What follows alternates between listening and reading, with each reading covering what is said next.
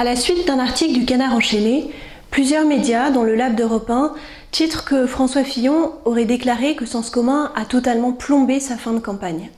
Le titre est volontairement trompeur, à l'heure où certains qui n'auront pas levé le petit doigt durant cette campagne s'efforcent de se trouver des boucs émissaires commodes. Le titre est volontairement trompeur, car voici ce que François Fillon a dit très exactement. Pendant une semaine, je n'ai parlé que de Sens commun, et ça a occulté tout le reste. François Fillon ne fait donc pas de Sens commun le responsable de sa défaite. Il dénonce l'acharnement avec lequel certains journalistes auront diabolisé Sens commun dans cette dernière ligne droite, de même qu'ils auront constamment agité l'épouvantail des affaires durant 3 mois, transformant cette campagne en véritable procès et détournant l'attention des Français des enjeux de fond. Nous tenons par ailleurs à préciser que lorsque François Fillon a répondu à un journaliste en émettant l'hypothèse d'une éventuelle entrée de Sens commun dans son gouvernement, il l'a fait de sa propre initiative, sans que nous ne lui en fassions la demande.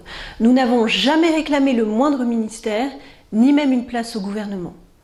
Il sera temps de dresser l'inventaire des causes de la défaite, mais cessons de faire de ceux qui se seront battus jusqu'au bout les responsables d'un échec qui incombe à la droite dans son ensemble.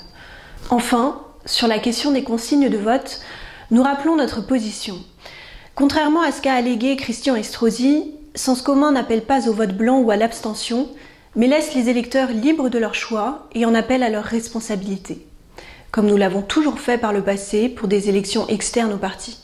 Les Français sont libres, personne n'est propriétaire des intelligences et des consciences.